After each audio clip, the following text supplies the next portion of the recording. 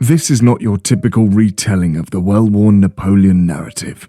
Instead, we're peeling back the layers of a figure who, in many ways, epitomized the concept of new money, rising from relative obscurity to immense wealth, power, and influence. Before his 40th birthday, Napoleon crowned himself Emperor of France, commanding the lives of 90 million people and leading to one of history's largest and most formidable armies. To his people, he was an icon, almost a deity. However, he had one major frustration. Despite increasing power and wealth, he was never fully accepted by other European royals, and the British in particular were vocal in their criticism, pointing out his lack of class and decorum. As a result, he was constantly obsessed with creating a legacy that would bring the Bonaparte name into a position of old money and royalty. No doubt, Ridley Scott's film Napoleon brings this enigmatic character to a renewed life.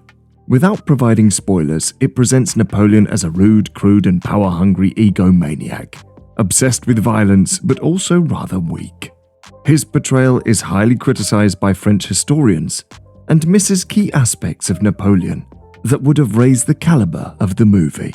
In this video, however, we are going to dig deeper and give you a more complete picture of Napoleon's ultimate genius.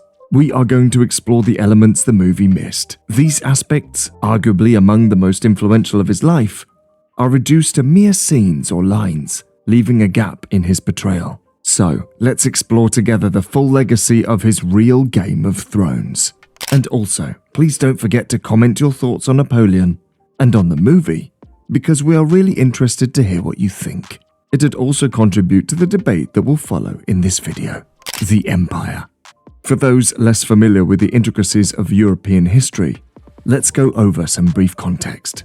You see, to truly understand the magnitude of Napoleon's influence, one must delve into the expanse of his empire, a tale that begins in France and stretches outwards through a combination of military conquests and shrewd diplomatic maneuvers. Napoleon's military, particularly, was a testament to France's power under his leadership.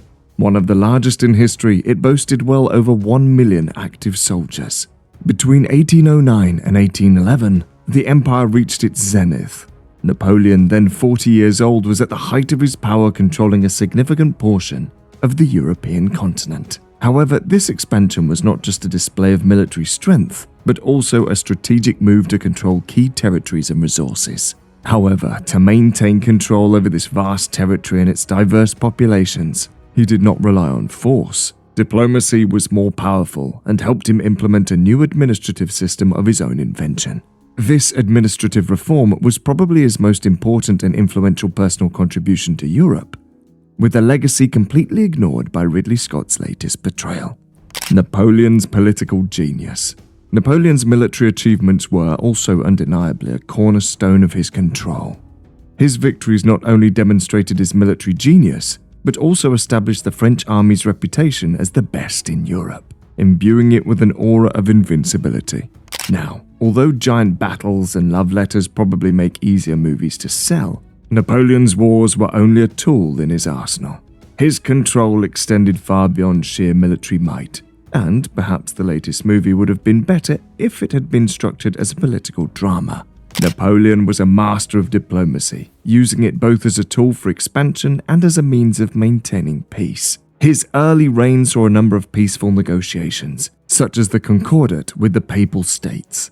Yet, when diplomacy failed to meet his needs, he did not hesitate to use force. Napoleon even imprisoned Pope Pius VII in 1809.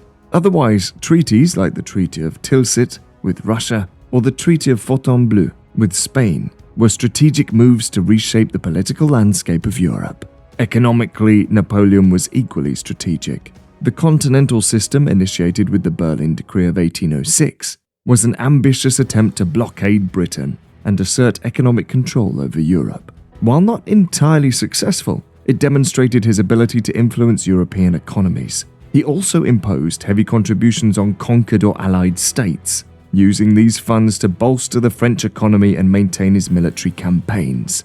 But perhaps Napoleon's most enduring impact was through legal and administrative reforms. The Civil Code, or Code Napoleon, replaced feudal laws with modern ones, emphasizing personal freedoms and merit-based progression. This helped suppress potential uprisings and facilitated the integration of various territories into his empire. Educational reforms, like the establishment of the University of France, and administrative changes such as the creation of a unified police force under Fouché, further consolidated his control.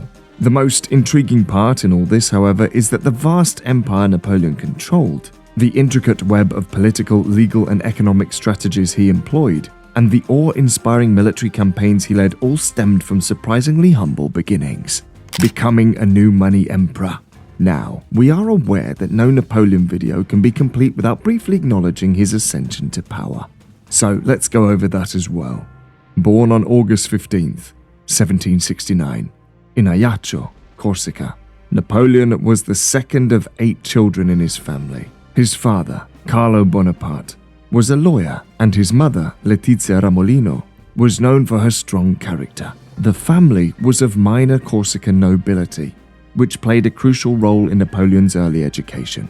He wasn't born in total poverty, but still, Corsica is a tiny island in the Mediterranean, with limited resources and power, so his father's position offered a very limited influence. In 1779, Napoleon, along with his brother Joseph, left Corsica to mainland France to attend school in Autun. This move marked the beginning of his French education and his introduction to the French military and political system. His time at the military academy in Braine-le-Château, where he excelled in mathematics and history, was formative. Despite being mocked for his Corsican accent and modest background, Napoleon's intelligence and determination set him apart. The French Revolution, which began in 1789, provided the perfect backdrop for his rise. His first significant military achievement came during the Siege of Toulon in 1793, where his strategy and artillery skills led to the recapture of the city from the British. This victory earned him a promotion to brigadier general at the age of 24. Napoleon's rise to power was meteoric. In 1799, at 30 years old, he staged a coup d'etat and overthrew the French Directory, establishing the French consulate with himself as first consul. By 1804, he declared himself Emperor of the French, a move that was a dramatic shift from his humble beginnings. Europe's Game of Thrones. But guess what? Becoming the first consul of France was not enough. As depicted in the Ridley Scott movie, he knew that he would never be accepted by the rest of the European monarchies in power if he maintained only an administrative status. He had to become more. He had to become emperor, bringing back the royalty that he had spent time defeating during the French Revolution. His coronation ceremony, held at the Notre Dame Cathedral, was a spectacle of grandeur, with Napoleon famously crowning himself, symbolizing his belief that his power came not from the church or the people, but from his own achievements. As the new Emperor of France, quickly becoming Emperor of Europe, Napoleon was putting himself in a position to play a strong game of thrones. The court that Napoleon built around himself was meticulously structured, with a clear hierarchy that reflected his military background. He surrounded himself with loyal officers and officials, many of whom he had known since his days at the military academy. These men, along with their families, formed the inner circle of the Napoleonic Court. His family, too, was central to his strategy. Joseph Bonaparte, Napoleon's older brother, was made King of Naples in 1806, and later King of Spain in 1808. Louis Bonaparte was made King of Holland in 1806, and Jerome Bonaparte was crowned King of Westphalia, a newly created kingdom in Germany. Napoleon's sisters and their husbands were also part of this dynastic strategy. His sister Caroline married Joachim Murat, who became King of Naples after Joseph was moved to Spain. Pauline married Prince Camillo Borghese, and Elisa was given the principalities of Lucca and Piombino. Marriage was also a key tool in Napoleon's political arsenal. He used it to forge alliances and strengthen his position in Europe. His own marriage to Josephine was a blend of personal affection and political calculation.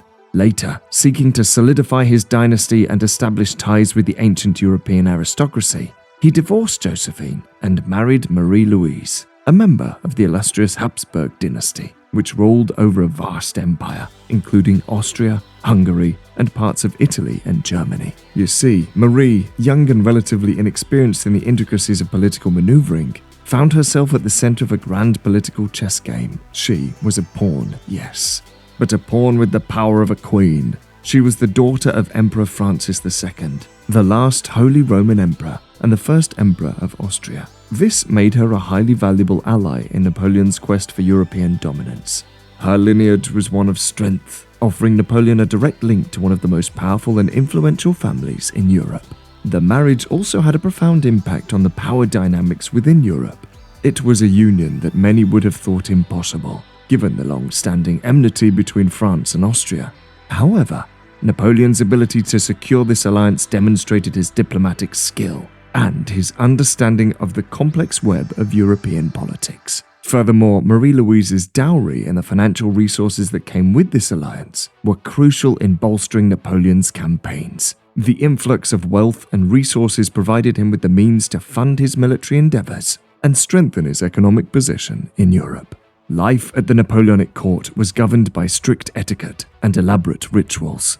Napoleon was keenly aware of the power of symbolism and ceremony in reinforcing his authority. Only certain individuals were allowed to sit on armchairs, and even his own mother was only permitted to use a chair without arms. The authority was so absolute that in 1811, because his mother was refused an armchair, she did not attend the baptism of Napoleon's son, the King of Rome. By placing his siblings and in-laws on thrones across Europe, Napoleon aimed to create a network of puppet monarchies. However, this strategy had its challenges. The Bonaparte monarchs often faced legitimacy issues and resistance from local populations. Their primary loyalty to Napoleon sometimes conflicted with the interests of the territories they governed. For instance, Joseph Bonaparte, as King of Spain, faced significant opposition, leading to the costly Peninsular War. Louis Bonaparte, King of Holland, often clashed with Napoleon over policy implementations. Another aspect of his rule, as significant as his familial appointments, was the systematic dismantling of his existing republics. In 1797, Napoleon dissolved the ancient Venetian Republic and other micro-republics to create the Kingdom of Italy, with himself as king, of course.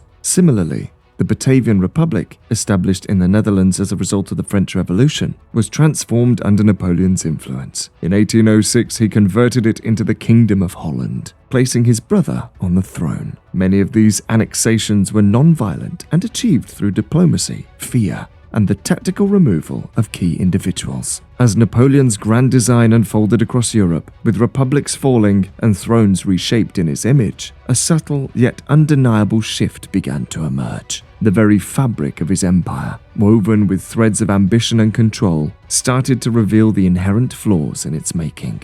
The man who had risen from obscurity to command Europe's destiny was not immune to the pitfalls of power, the end of an empire and return of a god. Napoleon's fall began with his overreach. His desire to dominate Europe led him to embark on the disastrous Russian campaign in 1812. The decision to invade Russia, driven by his ego and a desire to enforce the continental system against British trade, proved to be a catastrophic error.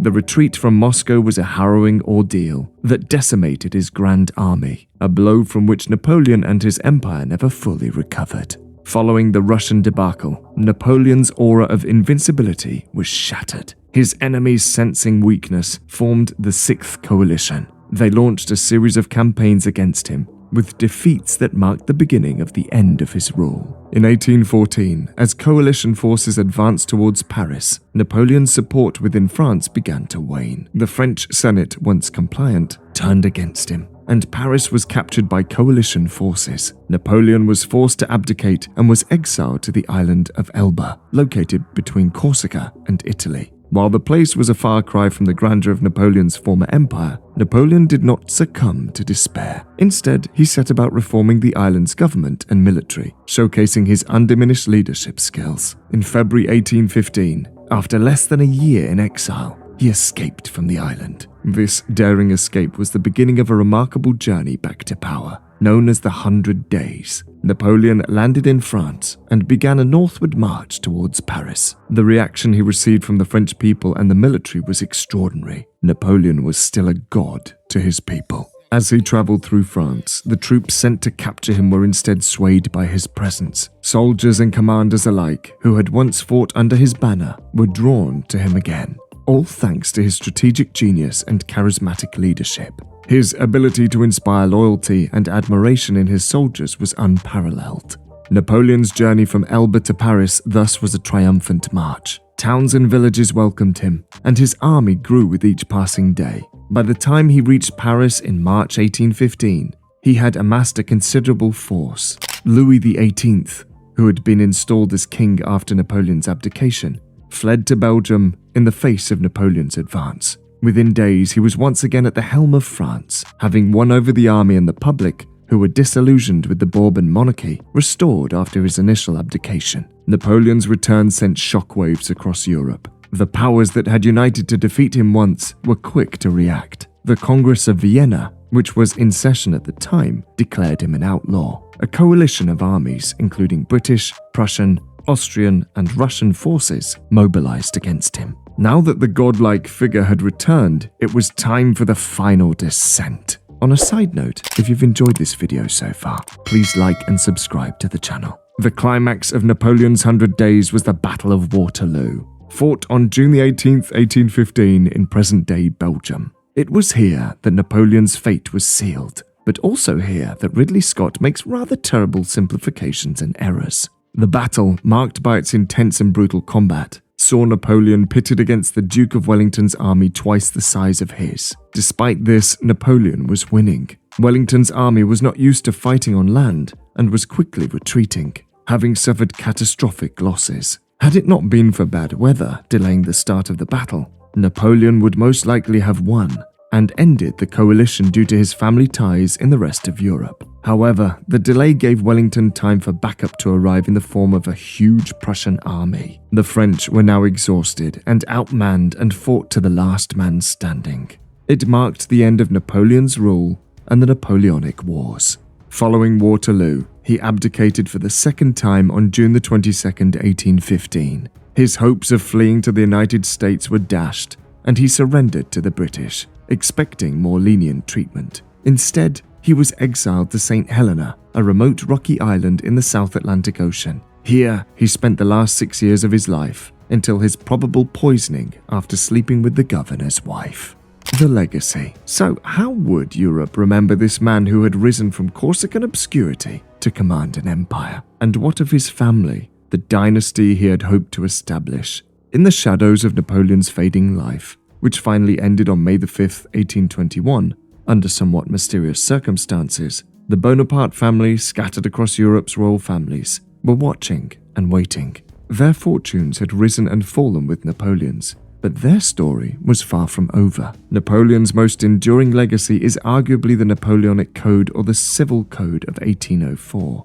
This legal framework reformed the French legal system in a way that profoundly influenced the laws of many other countries. The code abolished feudalism and established principles such as equality before the law, religious tolerance, and the secular nature of the state. It also emphasized the protection of private property. This legal system, thus a significant departure from the arbitrary rule and privileges of the Ancien Régime, was adopted in various forms across the territories Napoleon conquered and influenced legal systems in Europe, Latin America, and other parts of the world. Politically, Napoleon's reign marked a shift in the governance and territory boundaries of Europe. He dissolved the Holy Roman Empire, created the Confederation of the Rhine, and reorganized many European states. His actions sparked nationalist movements across the continent, laying the groundwork for the modern nation-state. The question of Napoleon's descendants and their claim to the French throne is yet another fascinating aspect of his legacy. The fall of Napoleon and the restoration of the Bourbon monarchy did not entirely extinguish the Bonaparte claim to the French throne. The Bonaparte family, through its descendants, continued to harbor aspirations for the throne. The succession laws established by Napoleon in 1804 laid the groundwork for these claims. According to these laws, the throne of the French Empire was to be inherited by his legitimate, natural, and adopted male descendants. So, even when Napoleon's only legitimate son, Napoleon II, known as the King of Rome, died young of tuberculosis, the Bonaparte family did not fade into obscurity. Instead, Napoleon's nephew, Louis Napoleon Bonaparte, became the first president of the French Second Republic, and later declared himself Emperor Napoleon III, reviving the imperial title and asserting the Bonapartist claim to the throne. But let's keep it here for now. Don't worry though, Napoleon III will be explored in a future video, as his tale is as fascinating as his great uncle's with perhaps an even more intriguing legacy. If you liked this video, please don't forget to subscribe, like, and comment. We will be grateful. Also, please share it with your friends and expand the debate. See you next time.